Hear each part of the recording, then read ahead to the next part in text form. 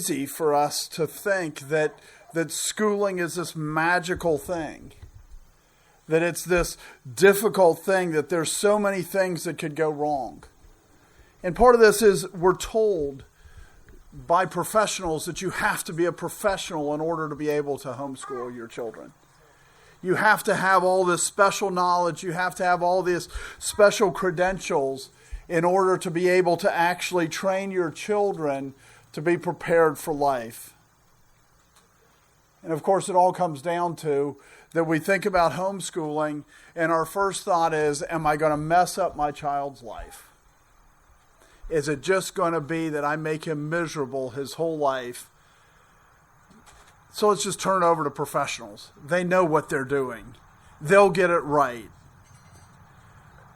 But so before I even talk about why you shouldn't worry, I want to make sure that we all understand public schools don't get it right that often. It's easy for us to consider the risk of homeschooling and ignore the risk of public schooling. You know, people talk about that there's been these shootings in public schools and your child can die. That's a tiny, tiny, tiny fraction. That almost never happens. But what does happen, which most parents don't think about when they send their children to public school, is there was a study done by the U.S. Department of Education. This was part of President Bush's Do Not Leave a Child Behind Act, or No Child Left Behind Act, that they were required to find out the rate of sexual molestation in schools, in public schools. The rate of sexual molestation in public schools is 6.7%. I went to a high school that had roughly 1,000 students per class. That means in my class, there were 67 students that were molested by their teachers. It's really easy to say, how can I mess up my child's life by homeschooling? But don't kid yourself. You can mess up your child's life really badly by sending them to a public school.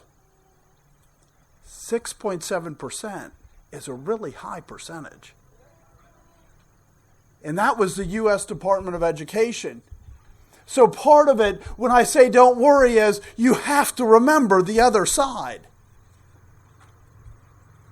They're far less likely to be molested in your home than they are in public schools. The molestation rate, we hear the big scandal about the Roman Catholic Church and all the pedophilia in the Roman Catholic Church. And it's terrible. It's horrible. But it's at a lower rate than public schools. If you go out there and you read anything on the pedophilia in the Roman Catholic Church, they all go, but look at the studies about the public schools. So when you think about homeschooling, it's really easy for you to think about, I could do this wrong, I could do that wrong, this could go badly. Understand, that can happen at public schools too. The other thing to remember in public schools is they go, we're the professionals, we know how to do this. But if you look, time after time after time, they come up with new processes to teach. You know, in Wake County where we are, they came out with a new way to teach math. And all the parents are going, but none of our children learn any math anymore. And they go, but this is the new way. We're the experts. We know how to do it. Public schools experiment with your children all the time. That is what they do. That's how they find out whether things work, is they don't roll it out to one school and see. They actually roll it out across the country because it was done by the U.S. legislature typically.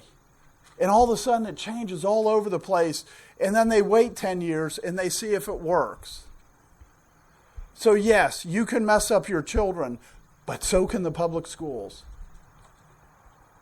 And so it's really easy for us to set this standard and to look and think that the other things that are out there, that they're going to work, they're stumbling in the dark. They don't really know. All they do is posture themselves to go, we're the experts, we know. when their experience doesn't tell that. If you think about it, if you go back, I've gone back and looked at the test to go into Harvard in the 17th century. And all of you would say, in the Harvard test in the 17th century, this was for 13 to 16-year-olds. And all of you would say, if your child could pass the test, he's graduated from college and done very well for himself. And this was the expectation for 13 to 16-year-olds in the 17th century. Our public schools have gotten to the point where they take twice as long to teach the same amount of information. Those students going into Harvard in the 17th century, 100% of them were homeschooled. Don't think that the experts actually know more. That's not their goal. So the first thing, which may not actually help you not to worry, is to remember what the other choices are. Because you want to hold yourself up to, when you go to homeschool and you think, oh, I need to make sure I get this right. The tendency is to hold yourself up to a standard that doesn't exist. The public schools don't do that good of a job. And we know this. There's plenty of evidence for this. We see the declining in the knowledge of students graduating from high school every year. It's declined enormously since I've graduated. In the 40 years before that, it declined enormously from when my grandfather graduated. But let's talk about other reasons why you don't need to worry. You can do this. And the first reason is you've already started. There's not a parent that doesn't start by teaching his children. And let's be clear, you've taught them some really hard things. Things that are harder to do than to learn to read. You taught them to walk. And you go, no, I didn't teach them to walk. They just kind of learned on their own to walk. No, the reality is you did do things. You demonstrated how to walk. You held their hands while they were trying to walk. You taught them to walk, and that doesn't mean that they didn't want to learn, so that's how they learned to walk, is that they wanted to learn. But understand, if you give them a desire to want to read, they'll also work to learn to read. And so it's not categorically different. And you go, maybe they wanted to walk, but a lot of children don't want to be potty trained, and you've taught your children how to be potty trained. And a lot of them don't want to do it. So you've already proven that you know how to teach your children. So it's not like sending your child to somebody who has no evidence that they can teach your child. You have the proof in front of you. For you've taught them how to eat with a knife and a fork. You've taught them so much already before they come to school age. Because life is about education. Life has education throughout it. So when you think about homeschooling, it's the path, it's a continuation. Public schools, private schools, this is the path that you're turning off and doing something different. Homeschooling, you're continuing in the same path. So don't panic. It's nothing new. It's just that you're adding to what you've already been doing.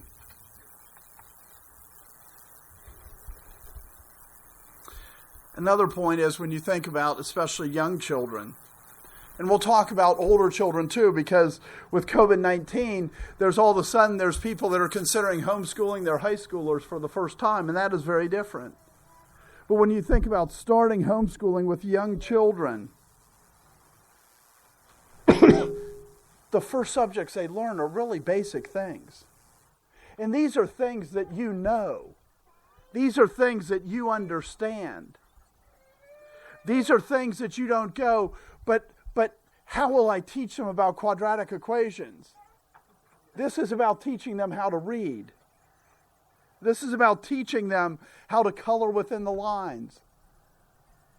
These are things that are not hard to teach. These are things that you know how to do. The reality is that the skill of a teacher is not because of their knowledge. Consistently, teachers have the lowest GPA of any profession that requires a degree. Because to be a good teacher is not about knowing a lot of stuff. Or they would have higher GPAs. That's not what makes a good teacher. What makes a good teacher is what's called EQ. Emotional quotient, the ability to empathize with the children, the ability to connect with the children. That's what makes a teacher a good teacher. It's not that they have some great depth of math knowledge when they're teaching math to 12-year-olds. It's 1 + 1 = 2. It's not hard. The issue is that they can have 30 children sitting in a room and they can keep those children, the attention of those children. It's that they have 30 children in the room that come from different backgrounds, different home lives, they have different interests, different aptitudes. They have all these different things, and they're sitting in that room together, and what the teacher needs to do is get them all to move together. That's the skill of a teacher. That's what makes a good teacher. Not their knowledge of the subject. That's easy. That's trivial. What makes a good teacher is that they can get the children to connect with them. As a parent, you don't need to do the hardest part of being a school teacher, which is to make a connection to the children. Because they're your children, you've already connected. You don't need to build a relationship. You don't need to build a rapport. These are things that you should work on. These are things that you should consider. But you need to start with the understanding you already know your child. He already should have respect towards you. There's really basic things that the teacher has to spend a lot of time doing that you don't have to spend the time doing. For a classroom, for a teacher to come in and meet those 20 kindergartners for the first time, she has to build trust with them. She has to connect with them. She has to get them to talk to her. She has to get them to listen to each other. They have this whole battle that they need to fight that doesn't even exist in homeschooling.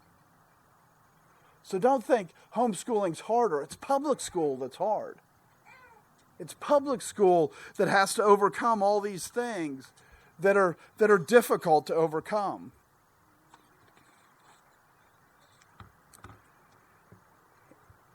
The big advantage of homeschooling is that the teachers already have a connection to the pupils.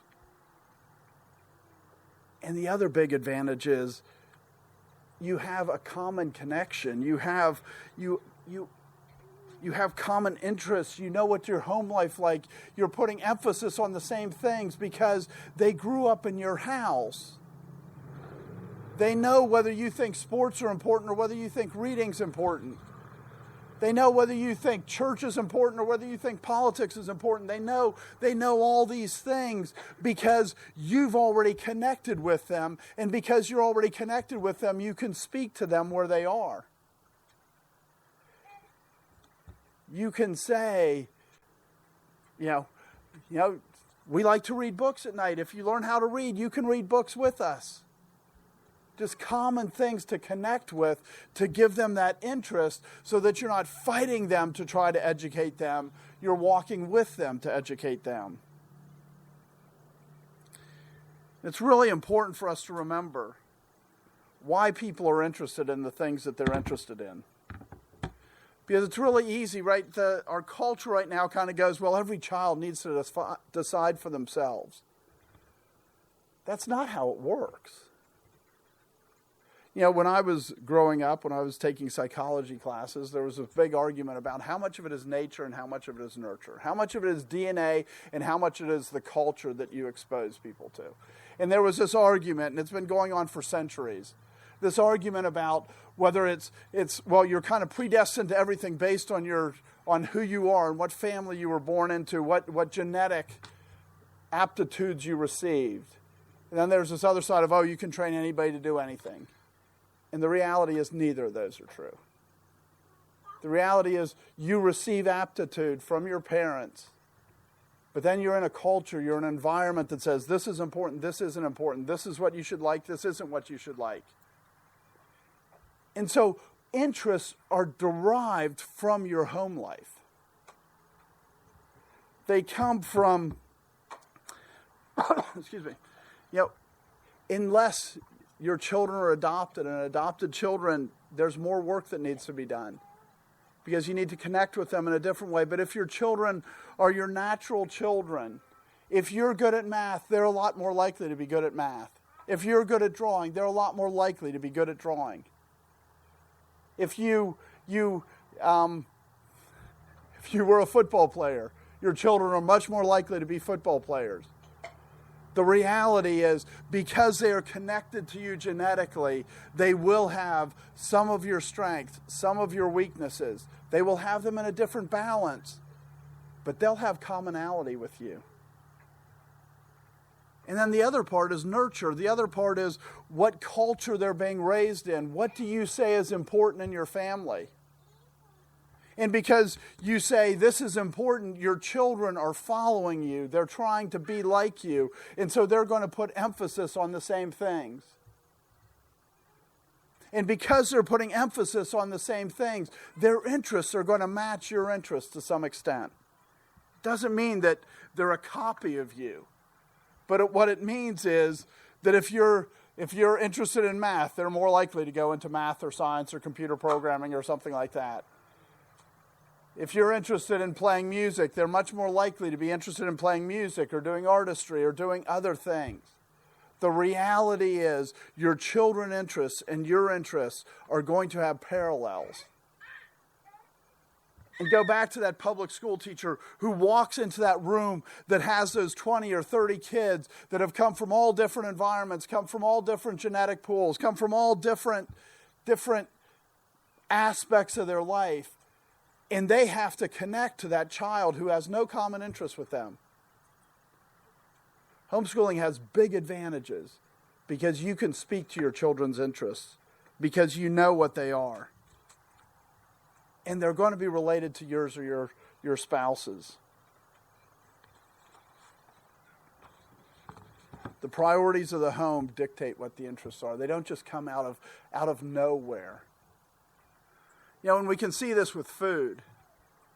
In Australia they eat Vegemite. Vegemite is like the yeast leftovers after brewing beer or something like that, and they spread it as a spread on toast, and they eat it. And people in Australia all love Vegemite. And I say all. Obviously, there's a few percentage here or there that don't. And Americans look at that and go, what is wrong with you people? That's not genes, that's nurture. That's how they were told. They were told this is a treat. So they look at it and they go, this is a treat. I go to Africa and eat some of the food in Africa, and they go, this is the best food ever. And I go, I can't wait to get back to the United States. This is reality. You do set what your children like and what your children don't like. You set it based on who you are and what aptitudes you have, but you also base it on what's important in your household. So again, that's another thing that you don't have to do that the public schools do. You can put emphasis on the things that are important to you, the things that you enjoy, because chances are your children will enjoy them too.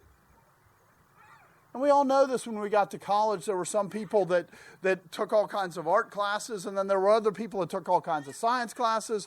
Different people had different interests, and because of that, they went different directions. Well, if you're homeschooling, you can start all that earlier because your aptitude will match to some degree the aptitude of your children. So to go back and consider, I said we'd come back to the idea that if you start homeschooling children at an older age, how do you deal with that? How do you deal with a child that's of high school age? It can be intimidating because you go, I don't remember those subjects. He said a quadratic equation. I don't remember even what a quadratic equation is, let alone how to solve one. How am I going to teach my child how to solve a quadratic equation? But part of the reason not to be intimidated by that is you don't remember. And guess what? when they're your age, they won't remember either. That's the reality. Does it really matter if they can't solve them? Will it change their life? Did it change your life? You can't solve one. And it's really important to remember that. There's lots of things that schools do, and the reality is they do it, and some of them are good reasons that they do it. There's a good reason to study mathematics. Mathematics comes from the Greek word, which means to disciple. The point of mathematics is to make them work at something and to make them practice something that they can't just look at and go, this is the answer. The point of mathematics is those long things at the end of every chapter where they have all these problems for them to do. The point of mathematics isn't so you can solve a quadratic equation. It's so that you can persevere at something. So if you can't help them that much, does it take away the point of them learning the quadratic equation? No, because the point of them learning it is to persevere, to be diligent, to keep doing it until you can get something. And so it's really easy for us to think, that it's a transfer of knowledge. Schools they weren't designed to transfer knowledge. They were much more designed to transfer character. That's what they were originally for. Now they have other purposes. But it's really important to not be intimidated because you go, well, what do I remember about the American Revolution? How will I teach that to my children? Well, guess what? They're not going to remember it at your age either, unless it's important to them and unless they see the importance of it. And you know what the other advantage of homeschooling is you get to go back and look at some of this stuff. And you know what? You might find out the situation in America today has a lot to do with what happened over the last 250 years. There's real basis to where we are. And the best way to learn a subject is to teach a subject. And so as a homeschooling parent, you might find out that now you actually know these things and you know them in a useful way. But don't worry if your children don't get it, because most parents don't pay attention to most of the stuff that they learned in school anyway. And the stuff that you do know, that you can teach because you use it every day. Most people can still walk in the grocery store and say, this says 2 for $10. That means each one's $5. Well, that's math. That's the math that you'll teach. That's the math that you can teach in very practical ways that schools cannot. Because one of the other big advantages of homeschooling is you can make stuff practical that was impractical before. Right? They have these word problems in math books, right? You know, you walk into a store and you have 2 things for $10. How much does each one cost? Well, you can walk into a store and see a sign that says 3 for $9. How much does each one cost? And you can ask your child that and they'll see the reality of it instead of some abstraction. Because you have huge advantages over public school, over private school.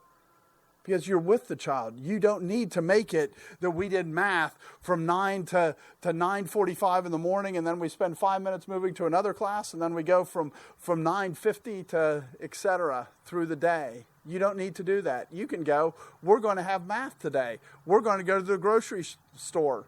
And as I go and put things in the cart, I want you to learn how to add things together. So as I put them in the cart, I'm going to tell you the price and add it to the last price.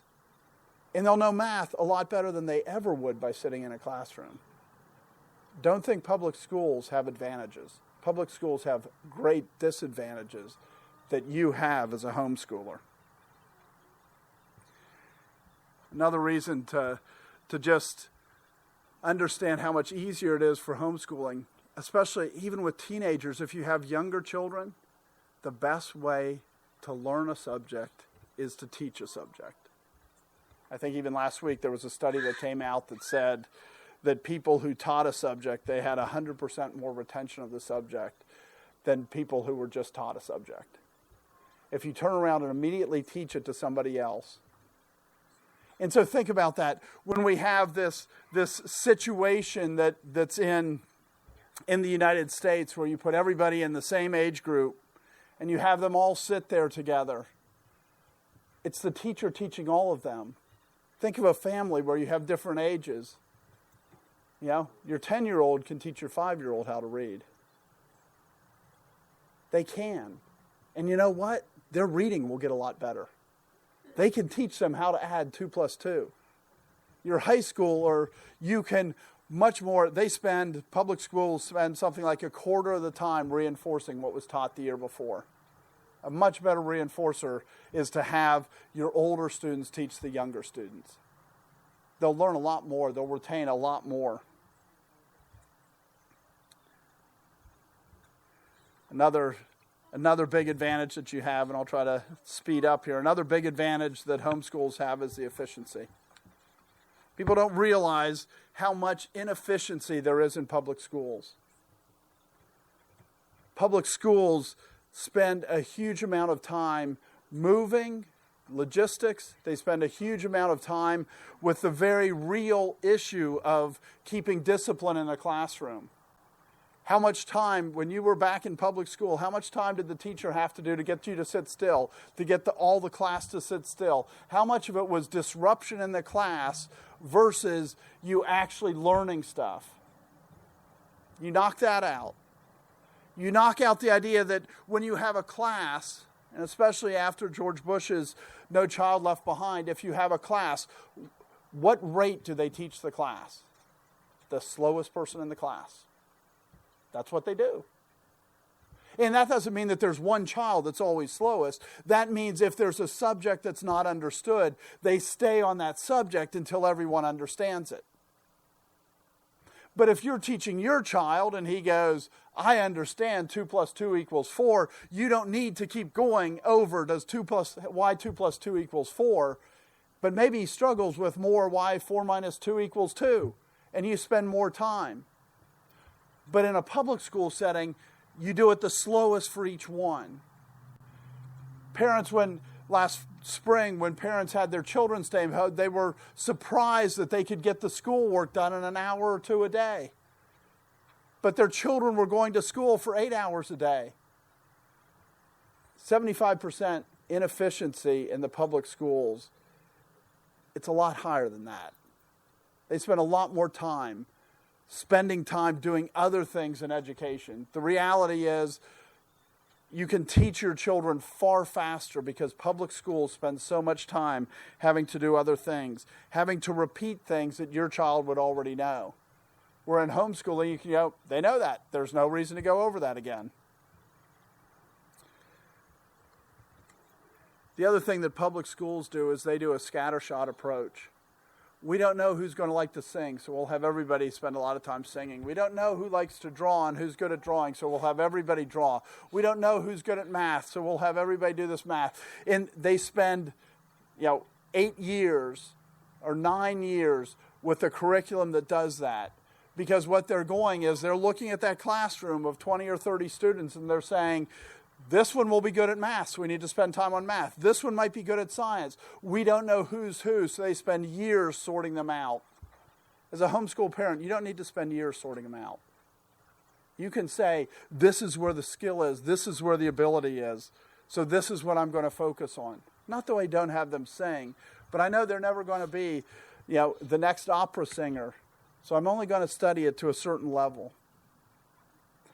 And I wanted to close with the last one, which people always go, how will they be socialized? This is the big disadvantage. In school, they're around all these other children, and they learn all their social skills. That is the biggest disadvantage of public schools. Where in your life will you be in a room with one person that's of a different age and 30 people are within a year of your age? This doesn't happen. This isn't socialization. This is weird. Once you walk out of college, you will never be in that situation again. So were you socialized or were you twisted as to what society looks like? Homeschoolers, even if it's just your family and you have a couple of other kids, they learn that they have to deal with other people of different ages. which is what society is. Society is not being around a bunch of people that are your age. And we see this causing such great damage in our society right now because people graduate and they think they're supposed to continue to hang out just with people their own age. In homeschooling, you should have them talk to other adults. You should have them deal with other younger children. You should have them, if you're in the world, if they're in a grocery store, they won't think as a 5-year-old, the only person they're supposed to talk to is another 5-year-old. They'll think it's fine to talk to a 2-year-old. They'll think it's fine to talk to an 8-year-old. They'll actually be socialized. The people who attack homeschooling and saying, but what about socialization? The right answer is, can you stop twisting socialization? Because it does so much damage the way you socialize. Homeschooling is socializing like life, which is preparing them for life. Homeschooling has all the advantages. You just have to be willing to take them.